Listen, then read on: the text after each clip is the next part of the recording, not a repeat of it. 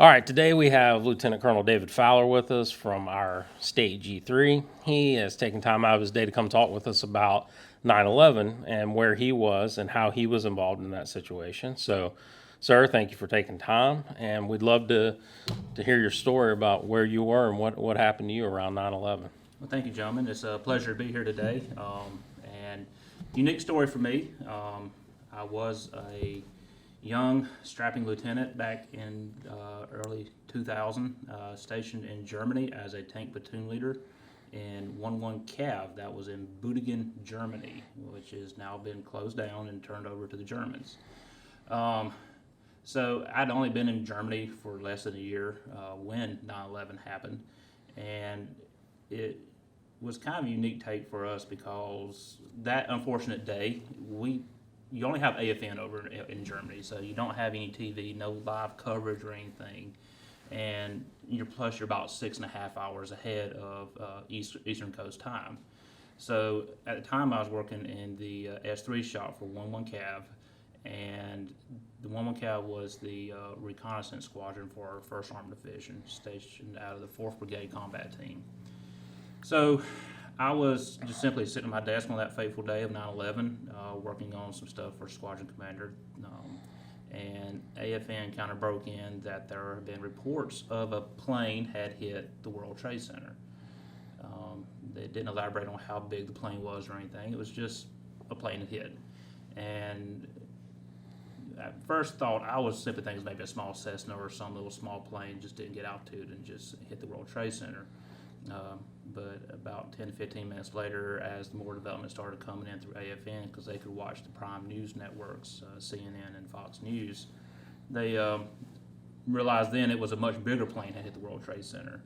And then another one hit. And then more reports started coming in that the Pentagon had been hit by an airplane. And so by that point, we didn't really know what was going on. You got to realize it's still about 5 o'clock in the afternoon. Soldiers are now starting to go home from the concern, and it turned into everybody was saying now the World Trade Centers have collapsed. Granted, I still have not seen pictures of any of this. I can only just imagine what the chaotic scene was going on in New York City that day.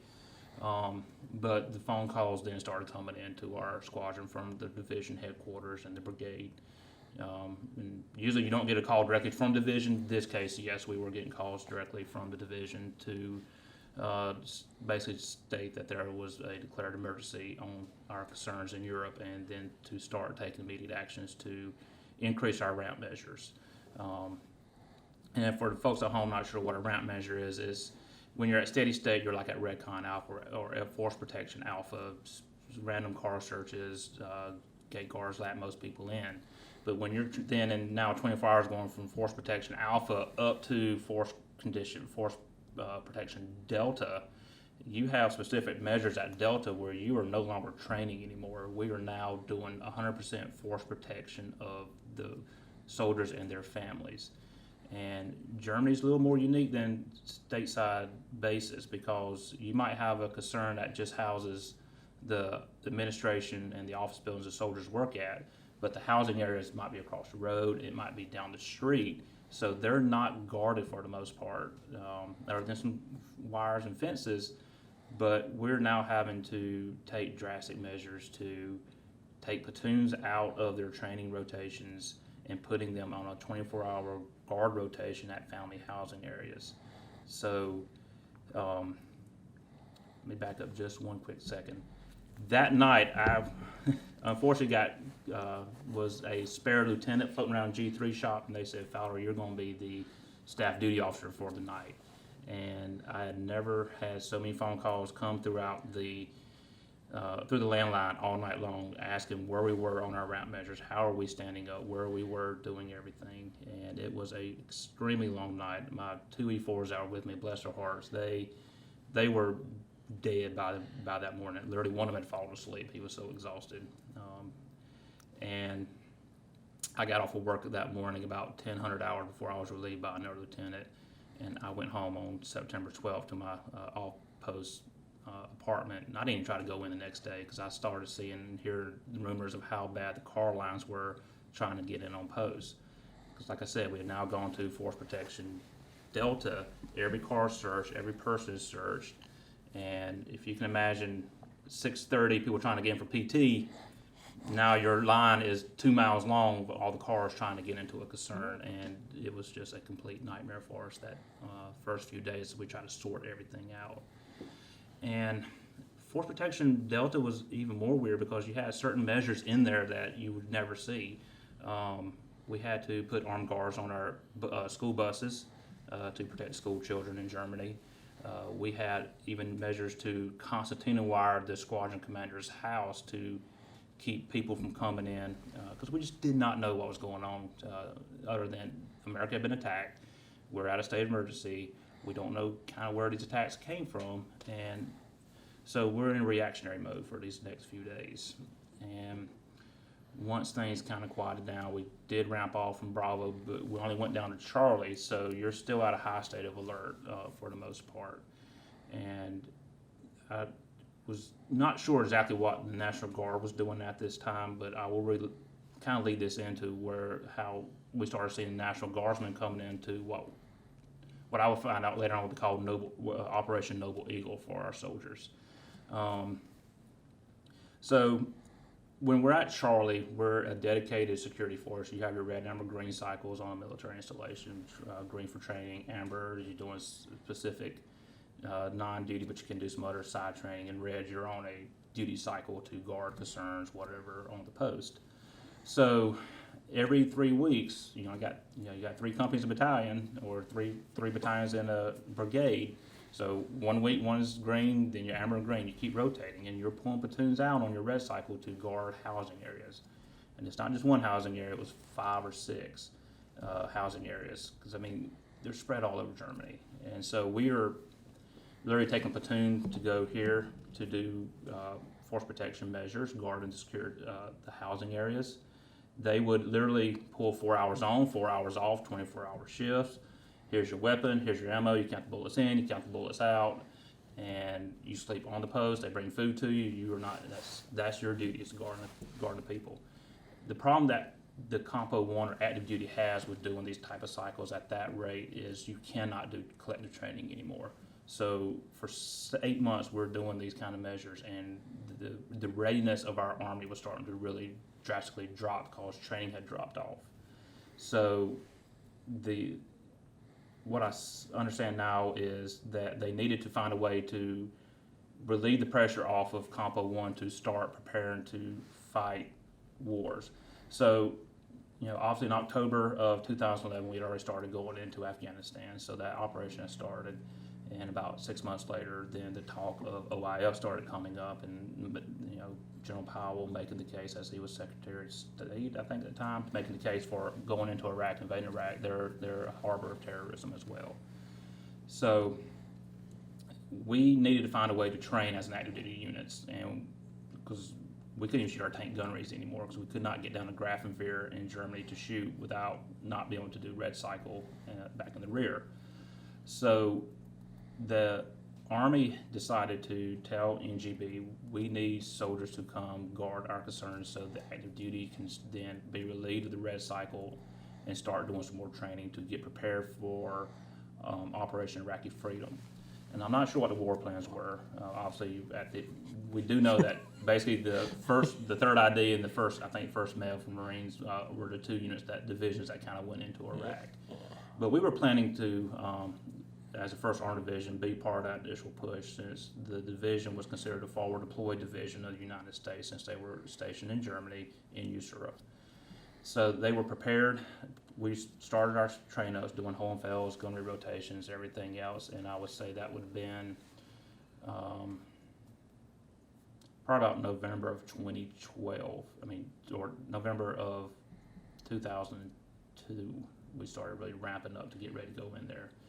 And by January of 2003, we had our orders that we were going to mobilize into Iraq, and 3rd ID had the orders they were going to start sending soldiers to Kuwait and ramping up the forces that were sitting in Iraq, and giving Saddam Hussein his ultimatums: stand down, let us in, let the inspectors in to look at your facilities. And he was doing his pushback and all that stuff, and the deadline finally came, I think, in April of 2003.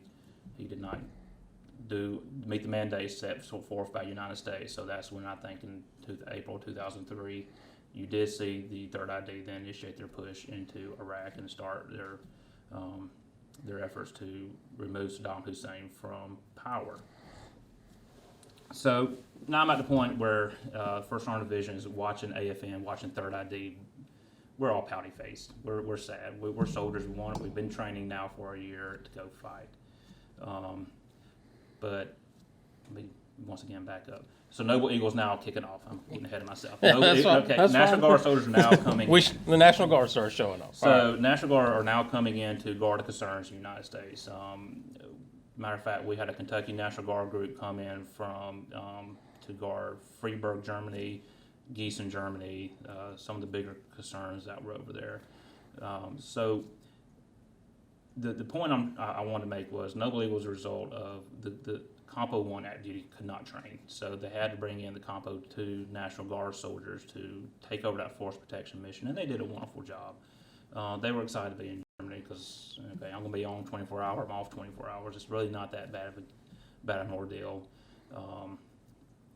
Even when I got off active duty and joined the South Carolina National Guard and the 263rd Armored Battalion, they had just came off of Noble Eagle, I think, in August of 2004, September 2004, somewhere in that timeline. I was still not part of the Guard at that time, but it was kind of comical when my second drill in the Guard was November of 2004, and I being tasked by my company commander to support this Noble Eagle Yellow Ribbon event, and I'm like, what's Noble Eagle, first of all, and where'd all this come from? So it was a lot of learning experiences for me. It was a good learning experience to see the soldiers. They had been away from their families just like anybody else. It's supporting a mission, a definite need at the time for the Guardsmen to do the Noble Eagle events, whether they were at Fort Jackson, Fort Stewart, overseas, just been wherever they got called to.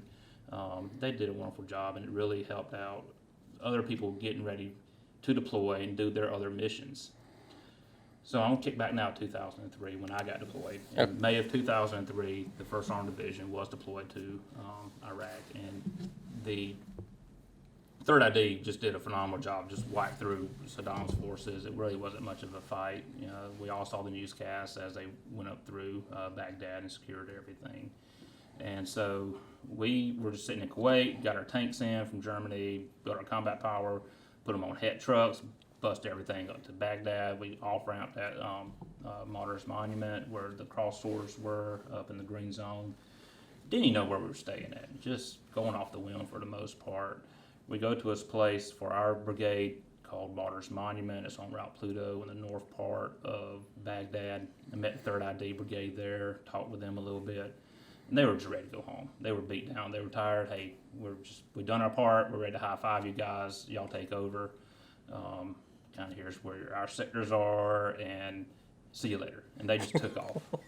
And so we were left basically trying to find homes to live in. You got a whole brigade or division sitting over there, and not knowing where the bad sectors were, what was kind of going on. We just know there's no police force, there's no civilian structure going on, there's no infrastructure working right now. Everything had just been completely gutted out by the civilians as 3rd ID pushed through.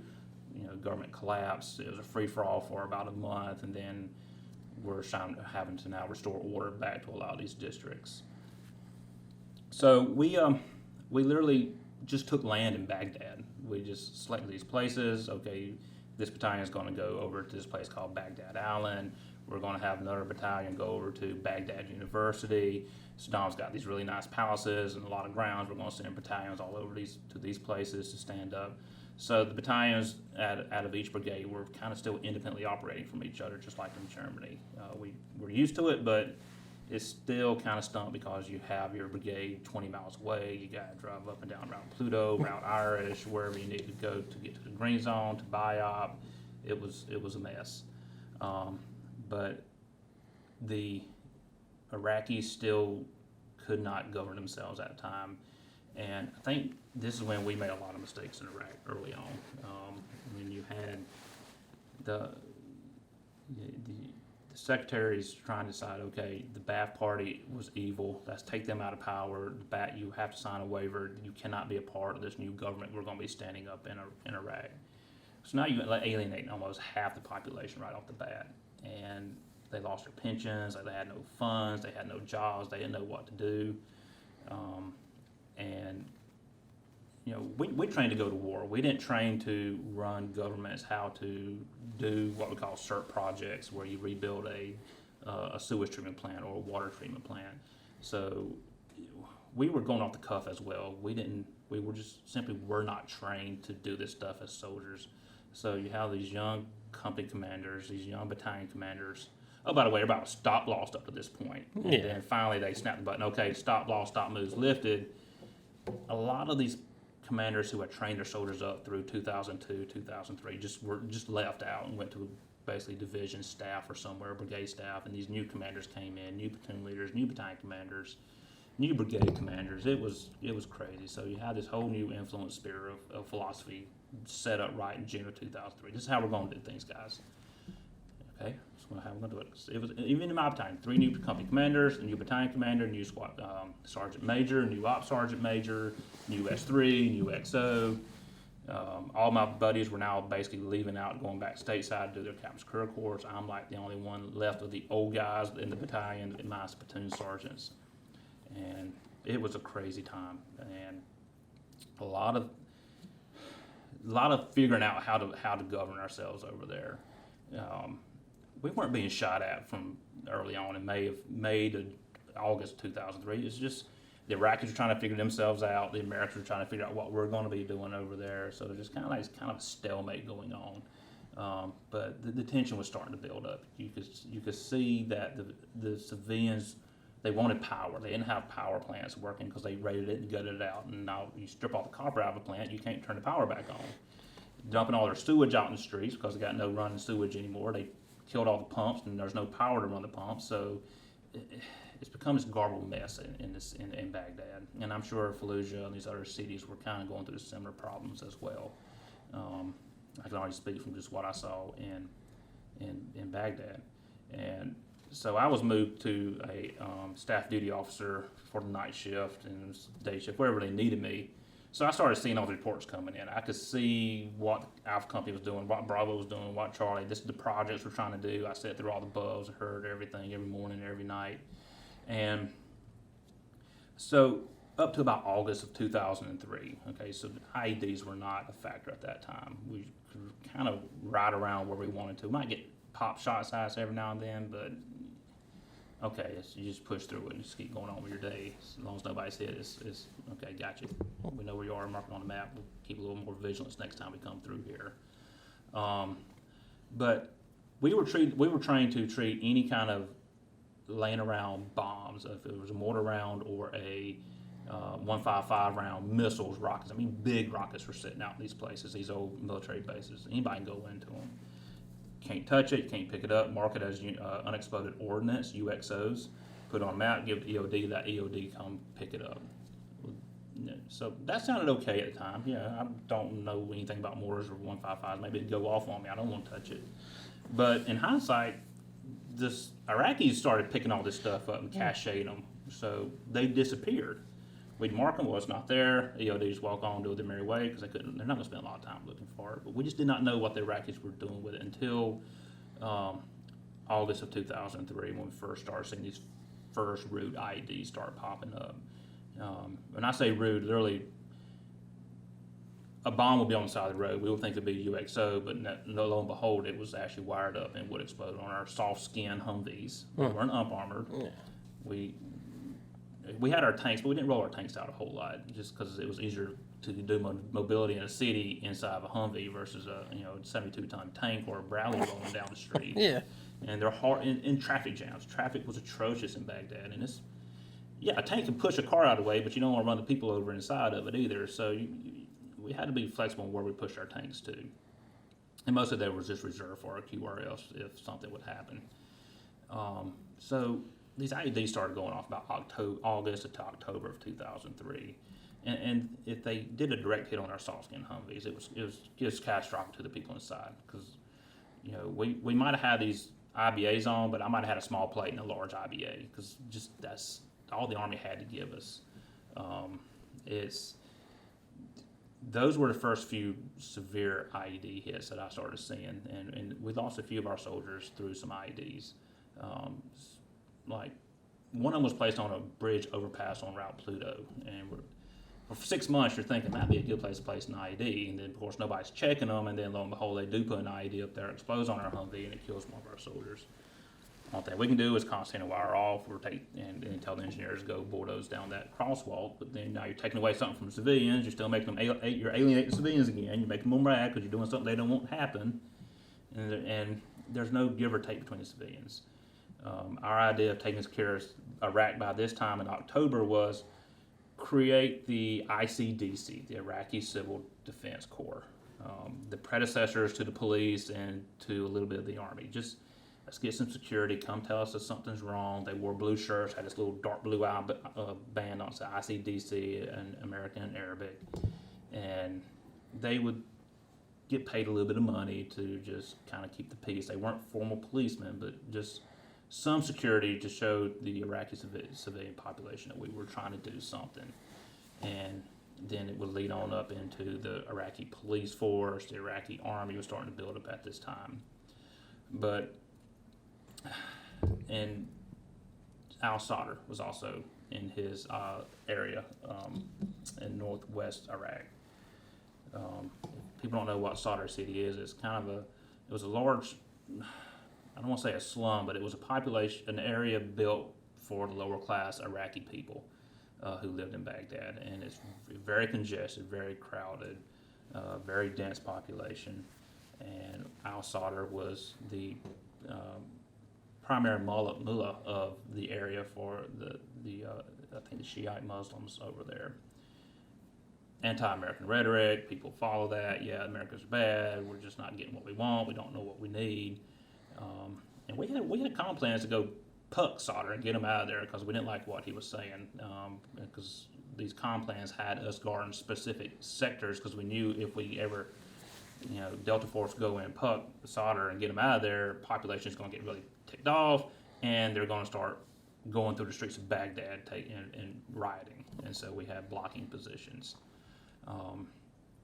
So now you see Sadr and his uprising starting in October. And this is when we also, I want to say, we had our first National Guard unit over there with us. They were the Florida National Guard and Infantry Battalion assigned to us. They were getting hit pretty hard in their sector in December. We started getting hit pretty hard through December through April. IEDs were becoming more complicated by this time. We still didn't have a whole lot of means to defeat them. All we could say, okay, let's try to do the up-armored Humvee. Everybody, even the Guard units, strapping on any kind of scrap metal they can find, weighting down their Humvees, just trying to get some protection for the soldiers. But it's a cat and mouse game with weapons. Sometimes the enemy does this, we'll do this, and then we'll do that to find and defeat it. And so you're constantly going back and forth. And I never went back to Iraq after this. I know some soldiers have done multiple deployments, and I'm sure they could see the sophistication of the IEDs.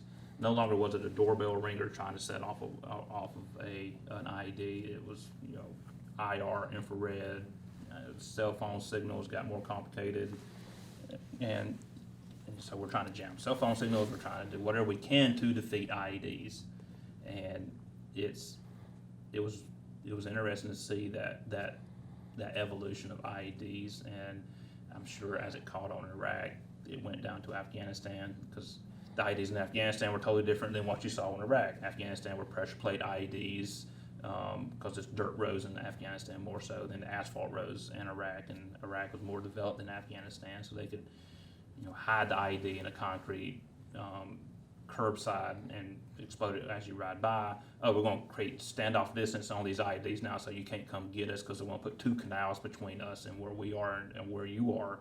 So you're not even going to see us most of the time.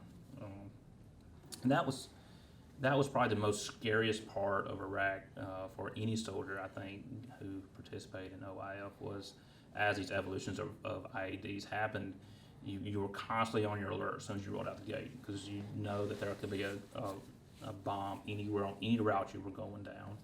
And I'm sure most soldiers were not joking around when they say they got back home. They were still for next month watching the side of the road as they drove down the road, because that's your instincts were so high at that time, just look for anything. That pile of trash looks weird. I'm gonna go over there and check it out. And sure enough, there'll be an IED sitting inside that.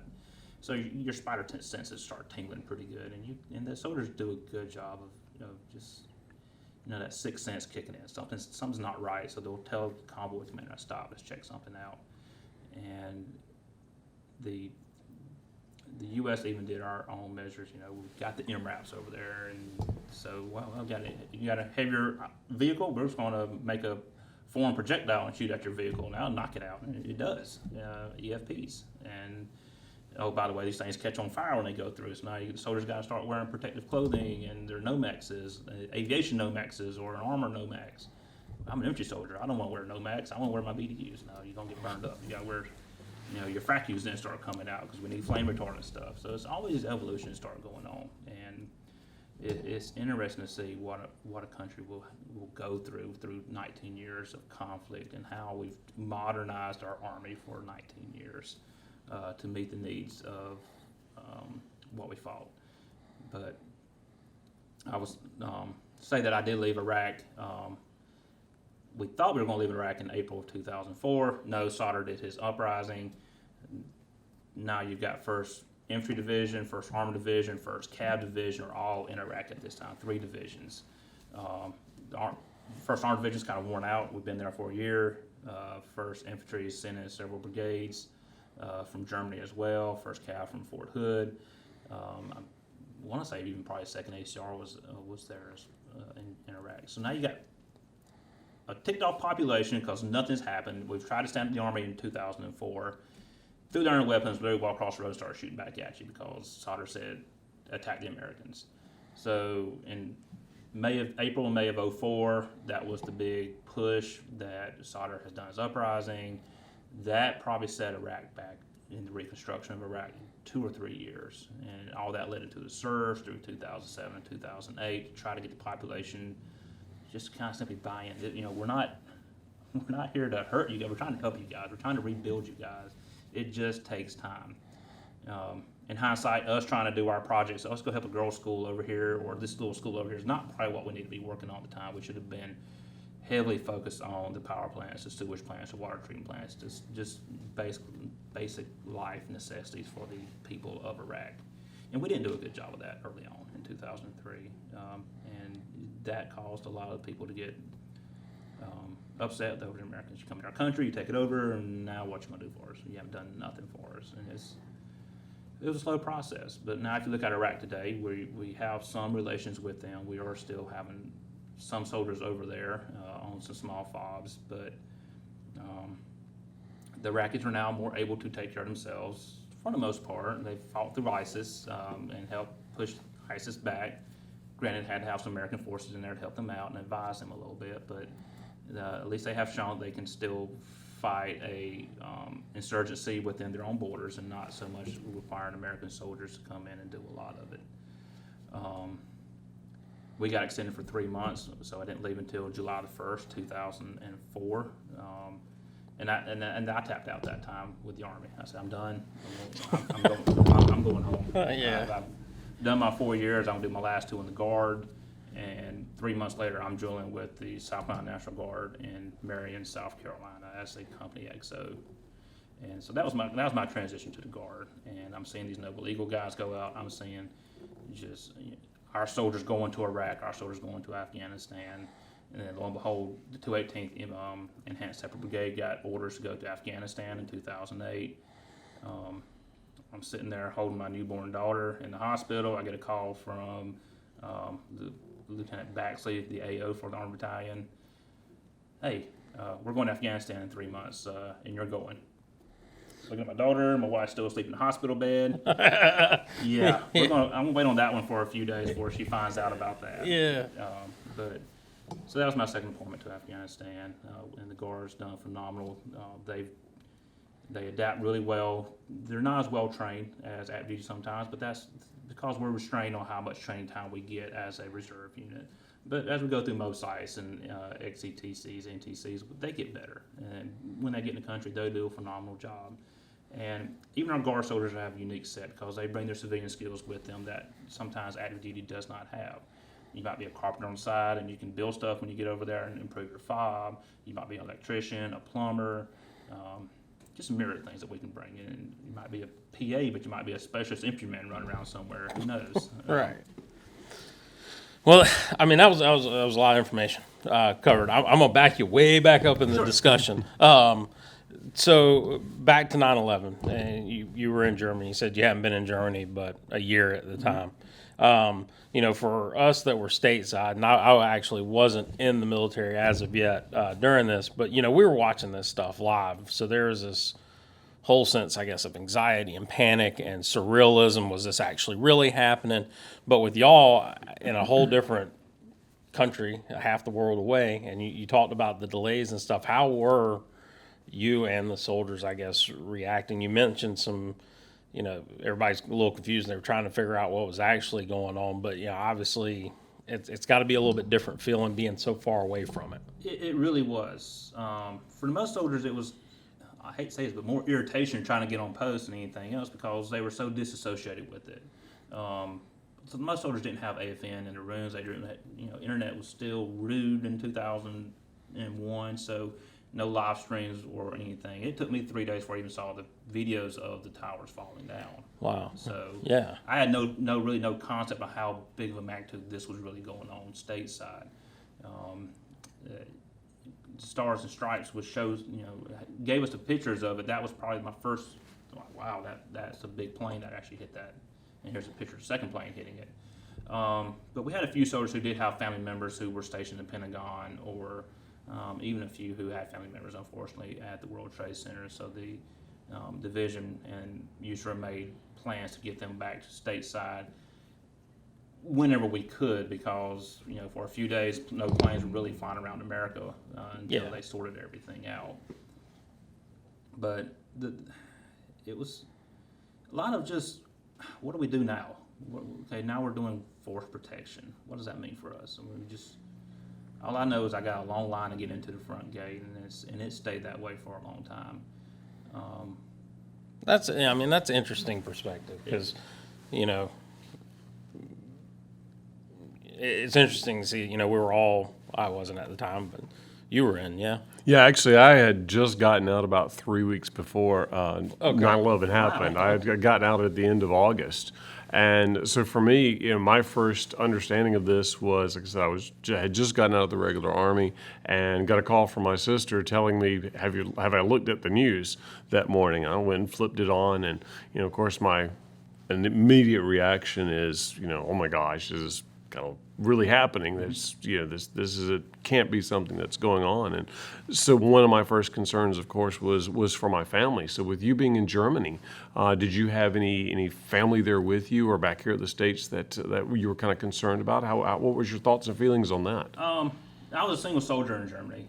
Did not even have a fiance or girlfriend. I was just living the bachelor life. I did have a twin brother stationed in Germany with me. He was in a different brigade. But of course, parents are always going to be worried about their kids in the military, and they're going to. My mom's frantically calling me, "Are you okay? Are you okay?" I was like, "Yeah, Mom, I'm fine. I just, what's going on back home? I don't know anything. I'm just hearing this AFN. The guys are being hardcore and trying to stay up 24 hours and report to us." But that's the radio, and that was all we had. And then maybe delayed news footage from CNN or something else. But we just. Soldiers could only get the information from the family members back home for the most part, and really kind of grasp the magnitude of what 9/11 was going on. Didn't really know a lot about the plane that crashed in Pennsylvania. We just knew the Pentagon was hit and the World Trade Centers were hit, and we don't know really who did it yet. And that's another interesting point, and I think that especially for like younger soldiers that have come in kind of past this time, or even especially ones that have come in the last couple of years. The flow of information is very much different. Even when I found out I was home, I was not in the military as of yet, but I didn't pull up a cell phone and check out what was going on. There was no Facebook or feed or anything like that. I was getting phone calls from family members saying, "Hey, are you near a television, or are you in the car with a radio, listen to this?" And so there was a whole evolution of that, and then the whole fact that the whole you mentioned CNN and the news cycle, folks, but I mean that was one of the first big times that we started this whole coverage of the military kind of 24/7 thing that kicked off. Now, did y'all have to? Was that something new for y'all once y'all actually got in country that y'all had to deal with maybe a little bit different than what y'all trained for? I guess kind of the media coverage and everything that was going on with it. We had no communications once we got into Iraq. Surprisingly, I mean, you had young E4s running around trying to find these satellite phones and spend $1 a minute on time just call their little girlfriend back in Germany somewhere. I didn't talk to my mom and dad for 2 months once I was deployed in there. They did have a phone center. I take that back, but you had to wait in line 2.5 hours to make that phone call because everybody else wanted to let the family members know. And there's 4 phones in this phone booth, and so you're sitting there in a lounge chair in the desert heat trying to call back home, say I'm okay, this is where I'm at. So letters became more important at that time, and that was about the only means of communication. Even through that whole first deployment for me in Iraq, I would call my parents or maybe once a month, or let them know I was okay. Most of it was through some emails. That was probably more of a faster means to communicate. But if you're like me, I had old parents. I had to teach them how to get an email account and say, okay, this is how you do it. This is how I'm going to write you guys, and you just respond back. Oh, by the way, don't make very, very long messages because it takes me forever to download them sometimes. And Yeah. Don't send pictures. Yeah, I'm saying that was still at a point in time where people still had to listen to dial tones on some of their internet. Exactly. Not everything was high speed and 100 megabytes, this and that. And that was one. AOL Instant Messenger. Exactly. Yeah, you got mail. All right, outstanding. I'm so happy to hear from AOL. But yeah, I mean, but that's something that you've obviously seen since your time in, as progressed and evolved. You mentioned the evolution of a military over 19 years, and this is something else that's obviously that's evolved with it and how we socially interact. I mean,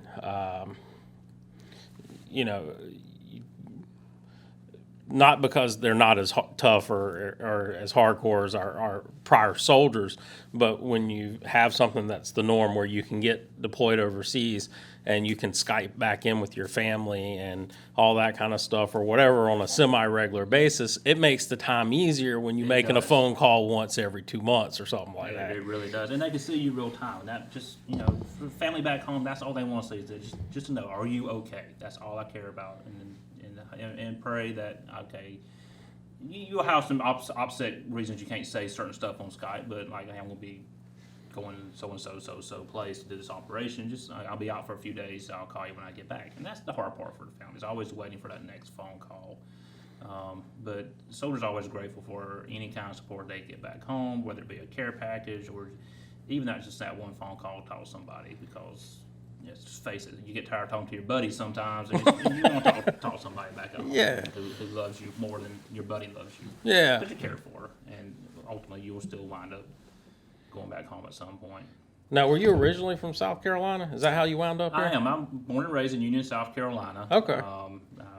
Once I graduated, I went to the University of Kentucky through ROTC scholarships and got my commission through ROTC. Okay. So I am not a Citadel alumni.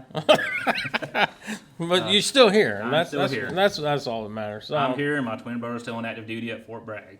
okay. So I get to talk to him sometimes on what the active duty's doing. Here's what the Guard's doing. Yeah. And we argue about who's better.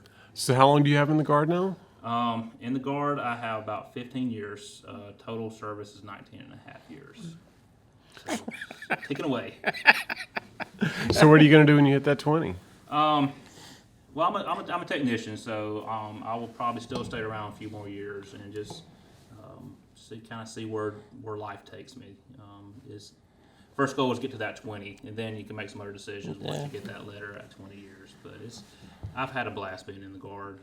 Met a lot of great soldiers throughout the years, a lot of great leaders, NCOs, and I keep joking with my master sergeant in my office, Master Sergeant Turner, is like, you just look around, it's like, you see these young lieutenants and you see the mistakes that they'll make, and you realize, I went through those growing pains as well, but as senior NCOs and senior, you might have that E4 who's been in the Army for 40 years in the National Guard, he's still going to have some knowledge that he can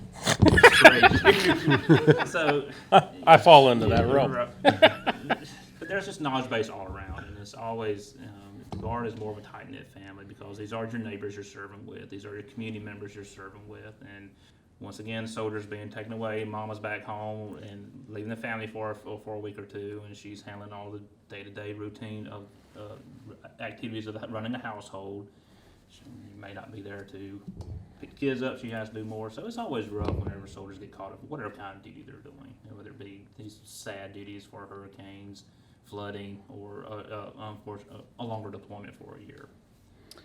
Well, super interesting story, and obviously we can see how it did affect your life. You wound up coming to the Guard from it. I want to continue to serve. I Yeah. enjoyed it. Yeah, and so we appreciate you taking time out of your schedule and your day, stopping by and talk with us. Excellent story. Very well spoken to. For the people who were listening, if you didn't hear our interaction a whole lot, there wasn't really a whole lot of need for interaction. He kind of just had it. So we just let it be his show.